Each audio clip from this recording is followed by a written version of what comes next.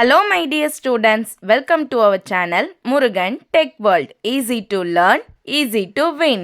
இந்த வீடியோவில் நம்ம என்ன பார்க்க போகிறோம் அப்படின்னா subject code GE 3791 human values and ethics சப்ஜெக்டில் யூனிட் 1 டெமோக்ராட்டிக் வேல்யூஸில் ஃபர்ஸ்ட் ப்ரீவியஸ் செஷன் வீடியோவில் டெமோக்ராட்டிக் வேல்யூஸ்னால் என்ன, அந்த கீ எலமெண்ட்ஸ் எல்லாத்த பற்றியுமே கிளியர் எக்ஸ்ப்ளனேஷன் வீடியோஸ் பார்த்தோம்.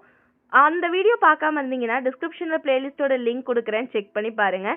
இப்போ நம்ம இந்த வீடியோவில் பார்க்க போகிற நெக்ஸ்ட் டாபிக் பார்த்தீங்கன்னா வேர்ல்ட் டெமோக்ரஸிஸ் பற்றி தான் பார்க்க போகிறோம். ஓகேவா? ஸோ ஆல்ரெடி டெமோக்ராட்டிக் வேல்யூஸ்னால் என்னன்னு தெரிஞ்சிருச்சு.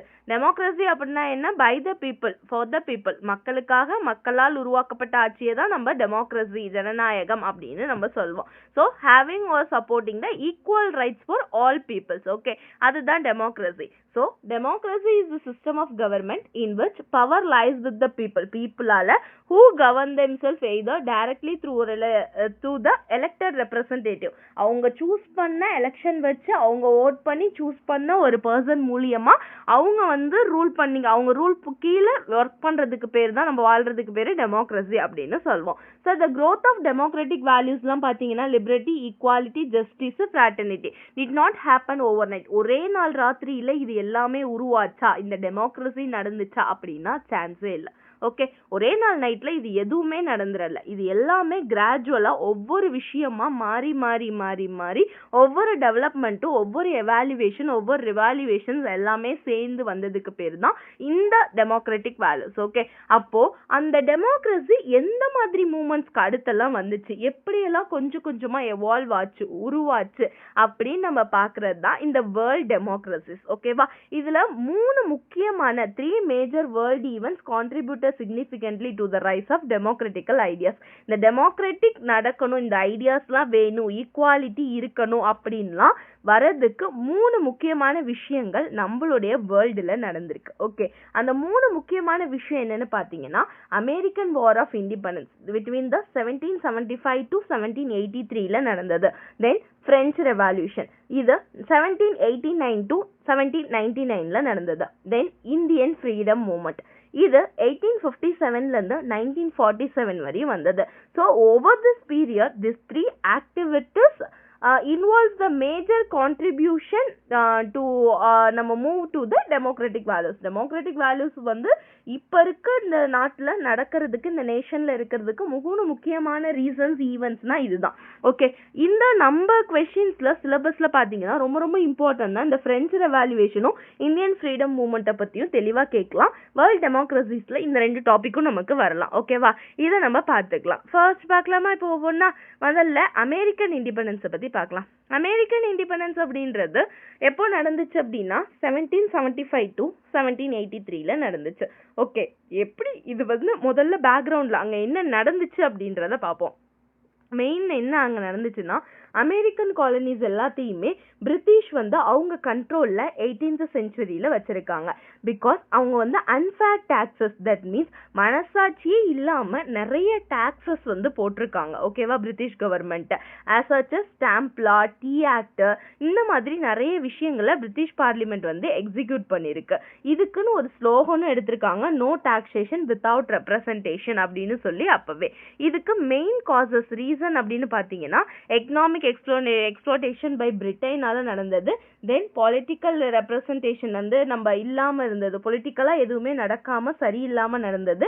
தென் restriction of civil liberties and trade, desire of self governance and equality, இது எதுவுமே இல்லாதது தான் இது மெயின் ரீசனாக இருந்துச்சு. அதை எதிர்த்து அவங்க ஒரு சில விஷயங்கள், அந்த போராட்டங்கள் அப்படின்லாம் சொல்லுவோம்ல, அதெல்லாமும் பண்ணாங்க. என்னன்னா பாஸ்டன் டீ பார்ட்டின்னு 1773 அன்ஃபேர் டாக்ஸஸ்க்கு அகெயின்ஸ்டாக ஒரு ப்ரொட்டஸ்ட் பண்ணாங்க. தென் டிக்ளரேஷன் ஆஃப் இண்டிபெண்டன்ஸ் 1776 இந்த டிக்ளரேஷன் ஆஃப் இண்டிபெண்டன்ஸ் வச்சு சொன்னாங்க. ரிட்டன் பை தாமஸ் ஜெஃப்ரன் அப்படின்றவர் எழுதியிருக்காது. இட் ப்ரோக்ளைம்டு என்ன சொல்லுச்சு அப்படின்னா all mens are created equal, எல்லாருமே ஈக்குவலாக படைக்கப்பட்டவர்கள் தான் மனிதர்கள். And have unalienable rights to the life, liberty and pursuit of happiness. எல்லாருக்கும் ஈக்குவல் ரைட்ஸ் இருக்கு, அவங்கவுங்க வாழ்க்கையை வாழ்றதுக்கு, சுதந்திரமா இருக்கிறதுக்கு, தென் ஹாப்பியா அவங்களுடைய லைஃபை என்ஜாய் பண்றதுக்கு அப்படின்னு சொல்லி இண்டிபெண்டன்ஸை பத்தி ஒரு ஸ்லோகன்ஸ் வந்து எழுதியிருக்காரு. தென் வார் ஆஃப் இண்டிபெண்டன்ஸ் 1775 to 1783 இந்த முயற்சி, அதாவது அவங்க சுதந்திரம் கிடைக்கிறதுக்காக ஒரு வார் நடந்துச்சு. the colonies fought and own independence from the Britain. So பிரிட்டிஷ்ட இருந்து அந்த 1783 அவங்களுக்கு அந்த வார் மூலியமா என்ன ஆயிடுச்சு அப்படின்னா அவங்களுக்கு இண்டிபெண்டன்ஸ் சுதந்திரம் கிடைச்சிருச்சு. நமக்கு எப்படி 1947 கிடைச்சிச்சோ அந்த மாதிரி அமெரிக்கன்ஸுக்கு கிடைச்சிருக்கு. ஓகேவா? ஸோ இந்த விஷயம் தான் இங்க நடந்தது. இதுல இருந்து அவுட்கம் அப்படின்னு பாத்தீங்க அப்படின்னா the United States of America was formed in 1770s as a democratic republic. அவங்க ஒரு ரிபப்ளிக் நாடா எப்ப மாறினாங்கன்னா 1776ல. then the US Constitution 1787ல அவங்களுக்குன்னு ஒரு சட்டம் போட ஆரம்பிச்சாங்க. அதுல சம் விஷயங்கள், அதாவது சில பல விஷயங்கள் இப்படிதான் இருக்கணும்னு இது பண்ணிட்டாங்க. Popular sovereignty, that means power belong to the people. people கீழே இருக்க வேண்டிய என்னெல்லாம் பவர்ஸ் இருக்கு அவங்களுக்கு, ஃபண்டமெண்டல் ரைட்ஸ் என்ன, some laws, then separation of powers, இவங்களுக்கு இந்த பவர் அப்படின்னு எல்லாத்தையுமே பிரிச்சு ஒரு அவுட்கம். இது எல்லாமே என்னாச்சு அப்படின்னா அந்த போராட்டம் நடந்ததுனால இந்த அமெரிக்கன் ஜஸ்டிஸ்ல கிடைச்சது. ஓகேவா? ஸோ அமெரிக்கன் இண்டிபெண்டன்ஸ் அப்படின்ற விஷயம் எதுக்காக நடந்துச்சுன்னு பார்த்தோம். பிரிட்டிஷ் அன்ரோல் கண்ட்ரோலர் 18th செஞ்சுரியில இருந்தனால. ஸோ அதுக்கான மெயின் காசஸ் பார்த்தோம். தென் மேஜர் ஈவெண்ட்ஸ்லாம் என்ன பெர்ஃபார்ம் பண்ணி அவங்களுக்கு இண்டிபெண்டன்ஸ் கிடைச்சதுனால அவங்களுக்கு என்னெல்லாம் பயன்கள் கிடைச்சிச்சு அப்படின்னு பார்த்தாச்சு. ஸோ டெமோக்ராட்டிக் வேல்யூஸ் இங்க எதெல்லாம் கொண்டு வந்துச்சுன்னு பார்த்தீங்கன்னா நம்ம பேசிக்கா பார்த்தது தான். லிபரட்டி, ஃபர்ஸ்ட் ஈக்குவாலிட்டி. நம்ம என்ன பண்ணாங்க அப்படின்னா எல்லா காலனி மெம்பர்ஸுமே நமக்கு ஈக்குவலா வந்து ஃப்ரீடமா ஆக ஆரம்பிச்சாங்க. ஈக்குவாலிட்டி, எல்லாரும் ஈக்குவலா ட்ரீட் பண்ணாங்க. Justice, fair laws and representation, equal rights எல்லாத்துக்கும் லாஸ் போட்டு கிடைச்சிச்சு. இந்த மாதிரி நல்ல விஷயங்கள் எல்லாமே நடந்துச்சு. இம்பாக்ட் ஆன் த வேர்ல்ட், இது நடந்தனால வேர்ல்டுக்கு என்ன நல்லது நடந்துச்சு அப்படின்னு பாத்தீங்கன்னா அதர் கண்ட்ரீஸும் என்ன பண்ணாங்க அப்படின்னா அடுத்தவங்களுக்கு கீழே இல்லாம ஃப்ரீடம் வேணும், அவங்களுக்கும் டெமோக்ரஸி வேணும் அப்படின்னு ஃபைட் பண்ண ஆரம்பிச்சாங்க. So introduce the concept of written constitution and individual rights. First America ஆரம்பிச்சதுக்கு அப்புறம் தான் இந்த சட்டம் ஒழுங்கு அப்படின்ற ஒரு விஷயத்தை கொண்டு வந்து எல்லாருக்குமே இந்த சட்டம் கொண்டு வரணும், கான்ஸ்டிடியூஷன் பண்ணணும், ரைட்ஸ் எல்லாம் கொடுக்கணும் அப்படின்னு தெரிஞ்சுக்கிட்டாங்க. So served the model for later democratic revolution including France and India. இவங்க நடந்து முடிச்சதுக்கு அப்புறம் தான் இந்த அமெரிக்காவோட வார், அவங்களுக்கு இண்டிபெண்டன்ஸ் கிடைச்சதுக்கு அப்புறம் தான் பிரான்ஸ், இந்தியாலாம் அதை ஒரு ரோல் மாடலா எடுத்துக்கிட்டு நமக்கும் டெமோக்ரஸி நடக்கணும்னு அடுத்த ரெவல்யூஷன் ஸ்டெப்புக்கு எடுத்து வச்சாங்க. ஓகேவா? இதுதான் மெயின் ரீசனா இருந்திருக்கு. இது ஃபர்ஸ்ட் திங். ஓகே, இந்த கொஸ்டின். செகண்ட் பாத்தீங்க அப்படின்னா இது தனித்தனியாவும் கேட்கலாம், உங்களுக்கு மொத்தமாவும் கேட்கலாம். நான் இந்த ஒரு வீடியோல உங்களுக்கு எக்ஸ்பிளைன் பண்ணிடுறேன், நீங்க செப்பரேஷன் வச்சு ஐடியாஸ் பார்த்துக்கோங்க. ஓகே, நெக்ஸ்ட் பாத்தீங்க அப்படின்னா பிரெஞ்சு ரெவல்யூஷன். பிரெஞ்சு ரெவல்யூஷன் எப்ப நடந்துச்சுன்னு பாத்தீங்கன்னா 1789 to 1799 இந்த 10 இயர்ஸ்ல நடந்தது தான் இந்த பிரெஞ்சு ரெவல்யூஷன். பிகாஸ் அவங்க எப்ப வந்து அமெரிக்கன்ஸ் வந்து இது வாங்கினாங்களோ, இண்டிபெண்டன்ஸ் வாங்கினதுக்கு அப்புறம் அவங்க கான்ஸ்டிடியூஷன் போட்டாங்களோ, அதுல ரோல் மாடலா எடுத்துக்கிட்டு நெக்ஸ்ட் பிரெஞ்சு ரெவல்யூஷனும் நடந்திருக்கு. ஓகே, இது பாத்தீங்கன்னா இந்த லேட் 18th செஞ்சுரிக்கு அப்புறம் France was ruled by absolute monarchy under king Louis in 18. That means இவங்க என்ன பண்ணாங்க அப்படின்னா இந்த கிங் லூஸ்ன்றவருக்கு கீழே மொனார்ச்சி அப்படின்னா அப்சல்யூட் மொனார்ச்சினா மன்னர் ஆட்சி அப்படின்னு சொல்லுவோம். ஓகேவா? அந்த மன்னருக்கு கீழே அவங்க சொல்றது தான் கேட்கணும் அப்படின்னு நடக்க ஆரம்பிச்சாங்க. இந்த சொசைட்டி மொத்தம் 3 விஷயமா பிரியும். ஸோ த 3 எஸ்டேட்ஸ் அப்படின்னு சொல்லலாம். First estate, second estate, third estate. First estate பார்த்தீங்கன்னா கிளர்ஜி அப்படின்னா ஒண்ணுமே இல்லை, மத குருக்கள் அப்படின்னு சொல்லுவாங்க. ஃபாதர்ஸ்லாம் இருப்பாங்கல்ல. இப்போ ஒரு ஹிந்துசியம் எடுத்துக்கிட்டீங்க அப்படின்னா அங்க ஒரு மெயினா ஒருத்தவங்க இருப்பாங்க. ஓகே, ஐயர்மார்கள்ன்ற மாதிரி ஒரு குருமார்கள் இருப்பாங்க. அதே மாதிரி அடுத்து வந்து கிறிஸ்டியன்ஸ்ல ஃபாதர்ஸ் அப்படின்னு இருப்பாங்க. அதே மாதிரி ஒவ்வொரு இதுலயும் ரிலீஜியன்லயும் ஒவ்வொருத்தவங்க இருப்பாங்க. இந்த மாதிரி அவங்களுக்கு கீழே அந்த கிங் லூஸ் அப்படின்றவர் என்ன பண்ணாங்க அப்படின்னா கிறிஸ்டியன் ஃபாதர்ஸ் இருந்தாங்க. அந்த மத குருக்கள் கீழே அவங்க தான் ஃபர்ஸ்ட் அப்படின்ற மாதிரி அந்த கிங்குக்கு அடுத்து அப்படின்னு இருந்தாங்க. அதுக்கப்புறம் செகண்ட் எஸ்டேட் பாத்தீங்க அப்படின்னா நொபிலிட்டி யார் அப்படின்னு பாத்தீங்கன்னா ரொம்ப ஒரு உயர்குடி மக்கள் அப்படின்னு சொல்லுவாங்க, பிரபுக்கள் அப்படின்னு. அதாவது மதகுரு அப்படின்னு ஒருத்தவங்க இருப்பாங்க, அந்த ரிலீஜியஸ் அப்படின்னு அதை பேஸ் பண்ணி ஒருத்தவங்க இருப்பாங்க. அவங்களுக்கு கீழே நெக்ஸ்ட் லெவல்னு ஒருத்தவங்க இருந்தாங்க. அதுக்கப்புறம் காமன் பீப்புள்ஸ், அவங்க தான் வந்து இந்த டாக்ஸ் கட்டுறது எல்லாமே, அவங்களுக்கு கீழே அடிமைத்துவமா வாழ்றவங்க எல்லாம். ஓகேவா? இந்த மாதிரி 3 கேட்டகரியில பிரிஞ்சு இருந்தாங்க பிரெஞ்சுல.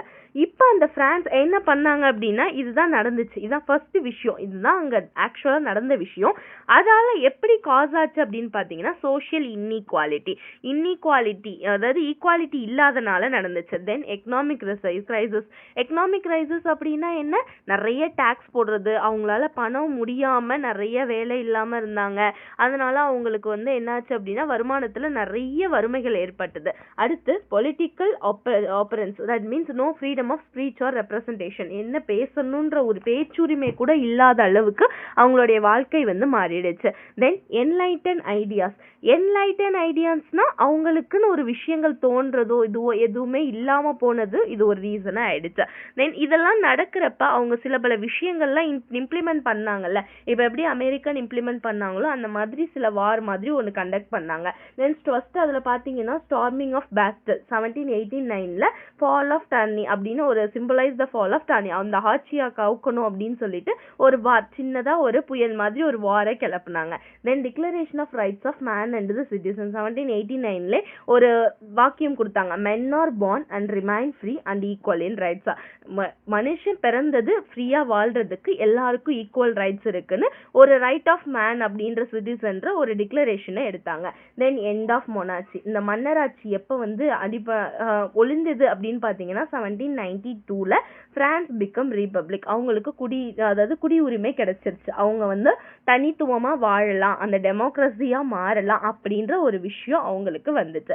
தென் regime of terror 1973 to 1941 violent phase later followed by the establishment of stable republic. First ஒரு ரிபப்ளிக் கிடைச்சாலும் அவங்களுக்கு முழுசா விடுபட வேண்டிய விஷயங்கள் அந்த 1972ல கிடைக்கல. ஒரு 1 இயர்ல அவங்களுக்கு என்ன ஆயிடுச்சு அப்படின்னா எல்லாமே சால்வ் ஆகி அவங்களும் ஒரு டெமோக்ராட்டிக் கண்ட்ரியா மூவ் ஆக ஆரம்பிச்சிட்டாங்க. ஓகேவா, அதுக்கு முக்கியமா நடந்த விஷயங்கள் தான் இந்த மேஜர் ஈவென்ட்ஸ். ஸோ இந்த டெமோக்ராட்டிக் வேல்யூ சேம் திங் தான், liberty, equality, fraternity, justice, secularism அப்படின்னா என்னன்னு பாத்தீங்க அப்படின்னா ரொம்ப ரொம்ப ரொம்ப இம்பார்ட்டன்டான விஷயம். சமயம் சார்பற்ற, தட் மீன்ஸ் எந்த ரிலீஜியன்ஸையும் சார்ந்து, இப்போ இந்த ரிலீஜியன் தான் ஹிந்து, கிறிஸ்டின், முஸ்லீம் நமக்கு நார்மலா தெரியும், அதே மாதிரி புத்திசம் நிறைய இருக்கு, அதுல எந்த ரிலீஜியனையும் சார்ந்து இல்லாம இருக்கிறதுக்கு பேரு செக்குலரிசம் அப்படின்னு சொல்லுவோம். பிகாஸ் மொனார்க்கில முக்கியமா நடந்ததே ஒரு சில மத குரு சார்ந்தவங்க, அதாவது ஃபர்ஸ்ட் கிளர்ச்சி அப்படின்னு சொன்னோம்ல, அதை பேஸ் பண்ணி தானே வராங்க, ஒரு சம் ரிலீஜியனை பேஸ் பண்ணி அவங்களுக்கு கீழே தானே வாழ்ந்தாங்க, அந்த மாதிரி இல்லாம கொண்டு வரதுக்காக தான் இந்த பிரான்ஸ் ரெவல்யூஷன் நடந்துச்சு. ஓகேவா, so next impact on the வேர்ல்ட பொறுத்தளவு இது எப்படி இதுவாச்சு அப்படின்னா spread democratic and secular ideas across யூரோப்லயும் கொண்டு போயிடுச்சு இந்த ஐடியாஸ்லாம். அடுத்து அவங்க வந்து நம்மளும் போராடலாம், நம்மளும் வந்து டெமோக்ரஸி இந்த ஸ்டேட்டா கண்ட்ரியா மாறணும் அப்படின்னு இது பண்ண ஆரம்பிச்சுட்டாங்க. எல்லாருக்குமே லிபர்ட்டி, ஈக்குவாலிட்டி, ஃப்ராட்டர்னிட்டி, இந்த 3 விஷயம் வந்து இதுதான் டெமோக்ரஸிக்கு முக்கியமான 3 விஷயம், இது எல்லாருக்குமே கிடைக்கணும் அப்படின்னு எல்லாரும் யோசிக்க ஆரம்பிச்சுட்டாங்க. இதை பார்த்து நம்ம இந்தியால இருக்க நிறைய ஸ்டேட்ல இருக்க, அதாவது கண்ட்ரியில இருக்க லீடர்ஸுமே ரெஃபார்மர்ஸ், அதாவது அந்த சுதந்திரம் கிடைக்கிறதுன்னு போராடுவாங்கல்ல, அவங்க எல்லாருக்குமே ஒரு தாட் கிடைச்சிச்சு. பட் இந்தியால முக்கியமா கிடைச்சிச்சு. அதனாலதான் இந்தியன் ஃப்ரீடம் மூவ்மெண்ட் அப்படின்ற நெக்ஸ்ட் கான்செப்ட் நமக்கு கிடைச்சிச்சு 1857 to 1947ல. ஓகேவா, இது எப்படி அப்படின்னா 200 இயர்ஸ் பாத்தீங்க அப்படின்னா நம்ம பிரிட்டிஷ் கண்ட்ரோல்ல தான் இருந்தோம். So India was under the British colonial rule for nearly 200 years நம்ம பிரிட்டிஷ் கண்ட்ரோல்ல தான் நம்மளுடைய முன்னோர்கள் வாழ்ந்திருக்காங்க. So British policies lead to economical exploitation, social injustice and denial of basic rights. economical exploitation அப்படின்னா என்ன, நம்மள வந்து ஒரு எக்கனாமிக்மா பொருளாதாரம் மொத்தமா நம்ம மணி பேஸ்டா இருக்க நம்மள வந்து எப்படி எப்படின்னா அடிமையா மாத்திட்டாங்க, நம்ம கிட்ட ஒண்ணுமே இல்லாம காசு எல்லாத்தையுமே சுரண்டிட்டாங்க. ஓகேவா, தென் சோஷியல் இன்ஜஸ்டிஸ், நமக்குன்னு ஒரு நியாயமே இல்லாம ஒரு ஈக்குவாலிட்டியே இல்லாம ட்ரீட் பண்ணாங்க. நமக்கு தேவையான ஒரு அடிப்படையான ரைட்ஸ் கூட, பேசிக் ரைட்ஸை கூட அவங்க தடுத்து நிறுத்திட்டாங்க. இந்த மாதிரி நம்மள ஒரு கொத்தடிமைகளா வச்சு வாழ ஆரம்பிச்சாங்க. So the first war of independence எப்போ நடந்துச்சுன்னு பார்த்தீங்கன்னா 1857ல முதல்ல வார் ஆஃப் இண்டிபெண்டன்ஸ் நடந்துச்சு. தென் ஒவ்வொரு ஃபேஸஸ், இது நம்ம சின்ன வயசுல ஹிஸ்ட்ரியிலலாம் படிச்சிருப்போம், அதுதான் இங்கே பார்க்குறோம். Okay, phases of freedom struggle அப்படின்னு பார்த்தீங்கன்னா முதல்ல இயர்லி நேஷனல்ஸ் வந்து 1885 to 1905 5ல தாதாபி நரோஜி, கோகுல கிருஷ்ண கோகுலே வந்து இவங்க எல்லாருமே என்ன பண்ணாங்க அப்படின்னா நிறைய பெட்டிஷன்ஸ் போட்டு நம்மளுடைய ஃப்ரீடமுக்காக நிறைய போராடினாங்க. தென் எக்ஸ்ட்ரீமிஸ்ட் 1905லேருந்து 1999 பார்த்தீங்கன்னா leaders like Bal Gangadhar Tilak, Bipin Chandra Pal and Lal Rai இவங்கெல்லாம் என்ன பண்ணாங்க அப்படின்னா செல்ஃப் ரூலுக்கு ஸ்வராஜ் அப்படின்னு சொல்லுவாங்க. ஓகேவா, தட் மீன்ஸ் எல்லாரோட முன்னேற்றத்துக்கும் நம்ம எடுக்கிற ஃபர்ஸ்ட் ஸ்டெப் எல்லாரும் செல்ஃப் ரூல் நடக்கணும், அவங்கவுங்க மனசாட்சிக்கு ஏற்ற அவங்கவுங்களுக்கு ஏற்ற மாதிரி அவங்க வாழலாம் அப்படின்னு அந்த ரூலை எடுக்கிறதுக்காக இவங்க கொண்டு வந்தாங்க. ஸோ காந்தியன் எரா நம்ம மகாத்மா காந்தி யூஸ் பண்ண இந்த நான் வைலன்ஸ் அவர் யூஸ் பண்ணது அது எந்த இயரில் ஸ்டார்ட் ஆச்சுன்னா 1919லேருந்து 1947 பார்த்தீங்கன்னா இந்த பிட்வீன் இயர்ஸில் நம்ம வந்து மகாத்மா காந்தி அவருடைய கீழே இருந்து அவரோட சொல்றத கேட்டு தான் வந்து என்ன பண்ணிருக்காங்க இந்த ஃப்ரீடம் ஃபைட்டர் வந்து ஒர்க் பண்ணிருக்காங்க. Okay, so led by Mahatma Gandhi using non violence ahimsa முறையில ட்ரூத் சத்தியாகிரகா வரையிலையும் என்ன பண்ணிருக்காங்க இந்த 2 வழியில தான் நமக்கு இண்டிபெண்டன்ஸ் கிடைக்க மகாத்மா காந்தி வழியில இருக்க எல்லாருமே சேர்ந்து ஒன்னா போராடி இருக்காங்க. ஓகேவா, நிறைய ஆக்டிவிட்டிஸ், நிறைய ஃபார்ஸ், நிறைய போராட்டம், நிறைய எல்லாமே செஞ்ச 1947ல நமக்கு என்ன பண்ணாங்க சுதந்திரமும் வாங்கினாங்க. மகாத்மா காந்தியோட மெயின் ரோல் அப்படின்னு பாத்தீங்கன்னா எம்பாசிஸ் ட்ரூத், உண்மையா இருக்கணும், அகிம்சை வழியில இருக்கணும், எல்லாரும் ஈக்குவலா இருக்கணும், எல்லாத்துக்கும் முன் உதாரணமா இருக்கணும், இதுதான் அவருடைய ஃபர்ஸ்ட் விஷயம். Then introduce the idea of Sarvodaya அப்படின்னா welfare of all. That means நம்ம மட்டும் நல்லா இருக்க கூடாது, நம்ம கூட இருக்க எல்லாரும் நல்லா இருக்கணும் அப்படின்னு நினைக்கிறது தான் சர்வோதயா அப்படின்னு சொல்லுவோம். Then promoter religious harmony, self reliance and ethical living. Religious harmony அப்படின்னா எல்லாருடைய ரிலீஜியனும் ஈக்குவல் தான். ஓகே, அவங்கவுங்களுக்கு தேவையான விஷயங்கள் அவங்கவுங்க செய்யலாம், எல்லாருக்கும் எல்லா உரிமைகளும் இருக்கு அப்படின்னு நம்மளுடைய மகாத்மா காந்தி நினைத்தார். தென் அவுட்கம், இதோடைய அவுட்கமா நமக்கு என்ன ஆச்சு அப்படின்னா ஆகஸ்ட் 57, 1947ல நமக்கு இண்டிபெண்டன்ஸ் கிடைச்சிச்சு. நம்மளோட இந்தியா 1915ல ரீபப்ளிக் ஆச்சு. தட் மீன்ஸ் நமக்குன்னு ஒரு சட்டம் போட்டு இந்த சட்ட ஒழுங்குபடி தான் நடக்கணும்னு கான்ஸ்டிடியூஷன் ஆஃப் இந்தியா 1915ல கிடைச்சிச்சு. Establish sovereign society and secular democratic republic. So incorporated key democratic value like justice, liberty, equality, fraternity, இது எல்லாமே இந்த குளோபல்ல நிறைய விஷயங்கள் மாறுபட்டு 1917ல ஆரம்பிச்சு 1947 வரையுமே நம்ம இந்த டெமோக்ரஸிக்காக ஒவ்வொரு கண்ட்ரியும் ஒவ்வொரு விதத்துல போராடி அவங்களுக்கான உரிமைகளை பெற்றிருக்காங்க. Okay, so these are the democratic values promoted by நம்ம இந்தியன் ஃப்ரீடம் மூவ்மெண்ட்ல கிடைச்சது. Freedom, equality, non violence, fraternity, ஜஸ்டிஸ்லாம் கிடைச்சிச்சு. இதுல இம்பாக்ட் ஆன் வேர்ல்டு அப்படின்னு பாத்தீங்கன்னா நான் வயலன்ஸ் ஃபர்ஸ்ட், அகிம்சை முறையில தான் நம்ம போராடணும், உண்மையா இருக்கணும் அப்படின்ற முக்கியமான விஷயத்த நம்ம கொடுத்தாங்க. நிறைய குளோபல் ரீடர்ஸ் நமக்கு ரோல் மாடலா இருந்தாங்க. ஓகேவா, இந்த மாதிரி விஷயங்கள்லாம் நடந்து இந்த ஹியூமன் லைஃபுக்கு தேவையான நிறைய விஷயங்கள், ஹியூமன் எத்திக்ஸ் அப்படின்னா என்ன, பேசிக்கா நம்ம ஃபாலோ பண்ண வேண்டிய ரூல்ஸ் அப்படின்னு சொல்லலாம்.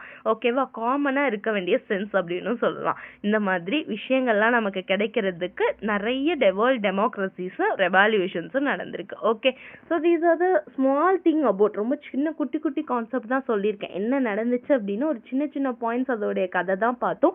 நீங்க உங்ககிட்ட இருக்க நோட்ஸ் வச்சு தெளிவா நிறைய கான்செப்ட்ஸ் தான் பார்த்துக்கோங்க. ஓகே, மறந்துடாம முருகன் டெக் வேர்ல்ட் சேனலை சப்ஸ்கிரைப் பண்ணிக்கோங்க, பக்கத்துல இருக்க பெல் ஐக்கானை கிளிக் பண்ணிக்கோங்க. அப்பதான் நான் போடுற வீடியோஸ் உடனே நோட்டிபிகேஷனா உங்க மொபைலுக்கு வரும். இந்த வீடியோக்கு கீழே லிங்க் வந்து உங்களுக்கு இந்த வீடியோ பிடிஎஃப் டவுன்லோட் பண்றதுக்கு கொடுத்துருக்கேன். டிரைவோட லிங்க்ல நீங்க பிடிஎஃப்மே டவுன்லோட் பண்ணி படிச்சுக்கலாம். ஓகேவா, மறந்துடாம நீங்க உங்க வீடியோஸை ஃப்ரெண்ட்ஸுக்கும் ஷேர் பண்ணுங்க. Stay tune. All the best for your examination. Next video next topic பார்க்கலாம். தேங்க்யூ.